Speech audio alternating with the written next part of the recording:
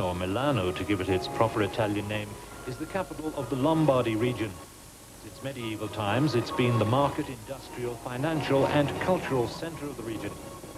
Milan is the second largest city in Italy, and it's the home to 3 universities and the famous La Scala Opera House.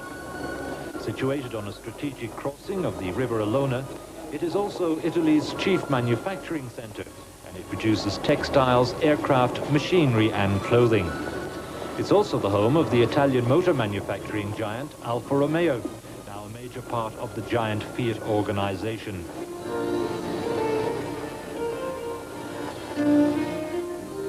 The magnificent cathedral, on which work first started in 1386 and finished almost 500 years later, is one of the tourist drawcards of the historical town and a haven of peace for the hundreds of faithful who worship there daily.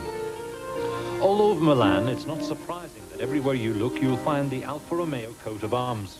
It's been taken from the cross of the House of Lombardy and the serpent of the Visconti family, who ruled over the region since the original German Lombards invaded the region in the year 568 AD. Motorsport commentator and motoring correspondent Roger McCleary takes up the story for Drive Time. High specification, fully imported Alfa Romeos are back in South Africa in a big way. There's 3 basic models: Alfa 33, a 1.7 litre 16 valve sedan, and also a sports wagon. Moving up to the 155 range, there's the front wheel drive 2 litre twin spark, there's a 2.5 litre V6, and also a Q4, very exciting, which has got turbocharging and 4-wheel drive. Then we go up to the 164s into the luxury range, a 2 litre twin spark, there's a 3 litre V6 24 valve, and then there's also a quadrifoglio in that range as well. Specialized cars like the Zagato are also going to be available on special order, and also the timeless Alfa Romeo Spider. This is the 155 V6, capable of 0 to 100 in 8.4 seconds and with a top speed of 215 kilometers an hour. ABS is standard on the V6 derivative, and the car is relatively frugal on consumption, with 12 litres per 100 kilometres in the urban cycle, dropping to 9.3 litres at a steady 120 kilometres an hour. Also offered as an option is an airbag and front seat belt pre-tensioners. The 155 T-Spark 2-litre version will also be available, and the twin-spark system offers impressive performance figures, returning 8.1 litres at 120 kilometres an hour and an impressive 9.7 litres per 100 kilometres in the urban cycle. The 164 is sure to be a winner with those who have fast executive cars in mind. The 164 is available in 2 versions: the 3-litre V6 with the top speed well in excess of 240 kilometres an hour, and a 2-litre turbocharged version with the top speed of 237 kilometres an hour, an acceleration of 0 to 100 in 8.2 seconds. However, probably one of the most exciting cars in the range is the 4-wheel drive 155 Q4, as it's been tagged, or the Quadrifoglio. The advanced 4-wheel drive design incorporates 3 differentials which transmit the particularly high drive torque to the ground to ensure full control of the car even at high speeds. The Q4 features split-rim wheels. An automatic suspension control is an optional extra, but here once again anti-lock braking is a standard feature on the 164.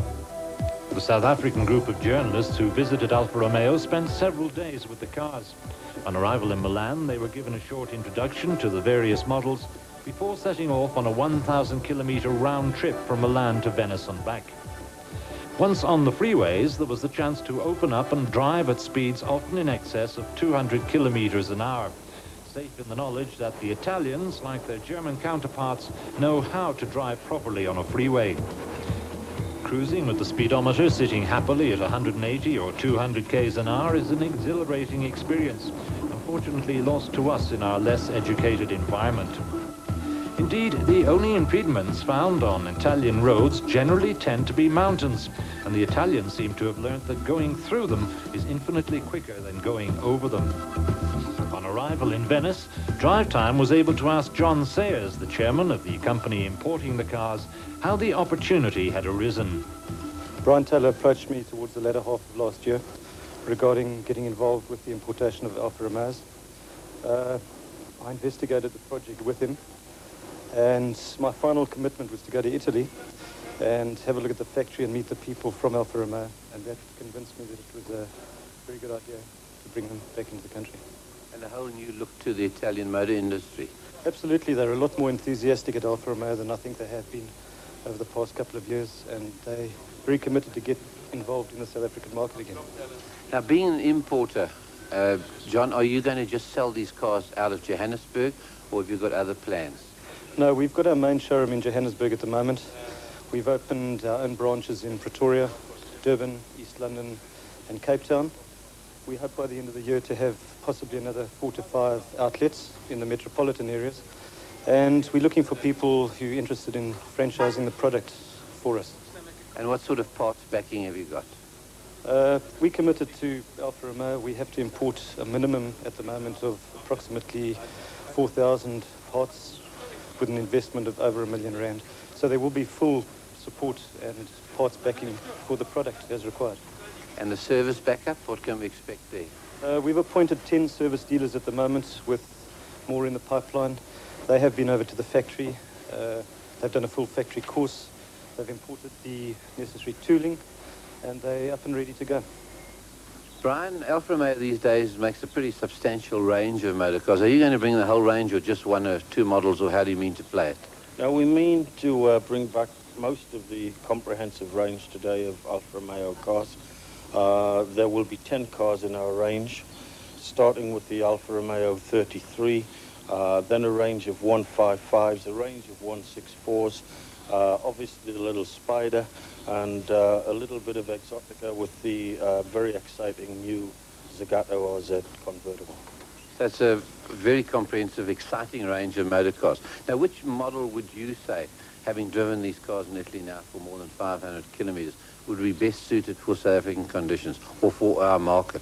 I'd like to say all of them, of course, but I think looking at the range realistically, the Alfa 33 super sport wagon, which is obviously an estate car, must have great appeal in South Africa because it's something that we do not have there at this moment in time.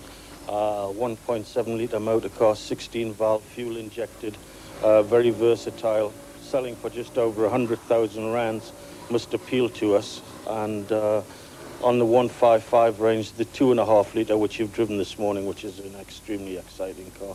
And going on from there, I think there's always a market for an Alfa Romeo Spider in South Africa, without a doubt.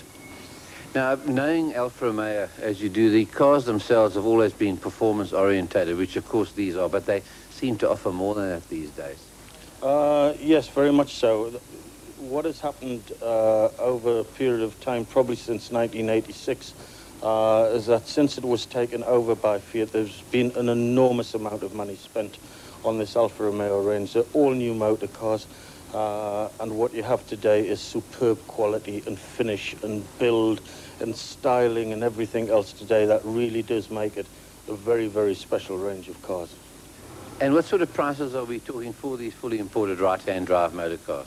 We're starting with a price range in the mid-80s, which is the Alfa Romeo 33 Saloon 16 valve, going through to the 155 range, which is starting from just over 100,000 rands, and then the 164 range, which starts at just under 150,000 rands. Top of the range, 254,000 rands for the 164 Quadrifoglio, which is a V6 24 valve engine pushing out a massive 230 brake horsepower, capable of over 150 miles an hour. Very exceptional motor car. And knowing the motor trade as you do know it, which is your favorite and which is going to be your big seller? I would say the 155 V6 is obviously the motor car that immediately comes to mind, but I have to say that I'm very, very impressed with the 164 range as well. We have put a lot of thought into the motor car, into the package we need to give with the motor car. We've obviously tailored 6 elements within the Alfa Romeo Care program, consisting of a warranty period pertaining to the motor car, which is 24 months unlimited kilometers. There will also be extended warranty packages from year 3 onwards available to the customer. We have also devised, and in conjunction with the AA of South Africa, come up with the AA Corporate Plus scheme, which is linked to the 24-month warranty period. The third element in our program is obviously full participation within the customer satisfaction index existing in our local motor industry. We are also looking at tailor-made insurance packages, which is basically comprehensive motor vehicle insurance available at dealer point, affording the customer one-stop shopping. Obviously, well aware of the Alfa Romeo owners clubs that are running in South Africa, membership to that, and then also a full maintenance lease package, which we're busy tying up at this stage of the game with a major financial institution. So the whole package is comparable to anything being offered by manufacturers in South Africa? Yes. And after spending 2 or 3 days with the cars, Drive Time asked some of the South African journalists to give us their impressions after spending 1,000 kilometres behind the wheel. Well, Alfas have always been sporting cars of great character. I think the revelation here is just how refined they are. Comfy, refined, but they've lost none of the traditional character we've always loved. So it's been a big improvement over the last 9 years. Oh, tremendous, you know. We've had 8-9 years where we haven't seen these cars, and it's wonderful to see what's happened in the interim. Great Right, cars. you've been driving the 155 and the 164. Personal favourite so far? 155 V6, I think, is just a lovely car. I like compact, very nimble cars, and that certainly is the trick. And turbocharging still around and very exciting as well. Well, the 164 Turbo is quite an astonishing car. It's so quiet. I don't think a roller is any quieter at cruising speeds. This one just whispers along, and very, very swift. Wonderful. It's the return of the legend, and it's about time too. We haven't had Alphas for quite some time, and I think when you drive the new range of 164s and 155s, I think we realise what we've been missing out on for the last 7 or 8 years, and really it's very impressive to see what Alfa are doing these days in terms of developing absolutely world-class products. In the past 2 days we've driven some 500 kilometres, and from Milan to Venice we've certainly driven on some high-speed roads, and we're absolutely knocked out with the performance of the 164, the 3-litre and the 2-litre turbo on high-speed autostradas. In the rain, the cars feel absolutely safe. The ABS brakes are certainly very reassuring. The handling of the car is great, and also the driving dynamics of the vehicle certainly have a sporting connotation. Okay, what big improvements have you seen since they were last seen in South Africa 9 years ago? I think the main thing is that Alfa was never really in the luxury executive bracket before. They had 1 or 2 V6s, which weren't particularly successful, but now the company makes V6 3-litre 164 models, and the 155, which are head-on competitors for Mercedes-Benz and BMW, and they've gone up market and very successfully too. Previously, there were certain criticisms to Alphas when they were in South Africa previously. I was very impressed by the build quality of the cars. Everything's very, very solid.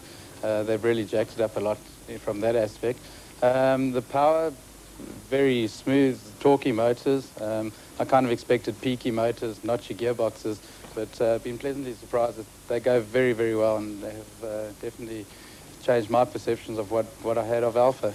Right, after 500 k's of reasonably high-speed driving, your favourite? Definitely the little 155 V6. That to me is a lovely little car.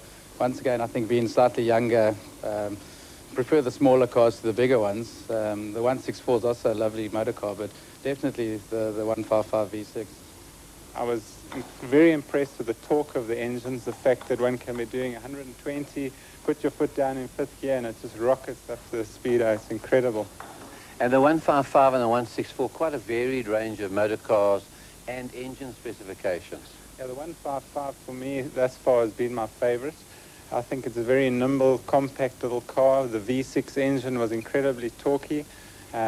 Wasn't a problem to go over the 200 mark in the car.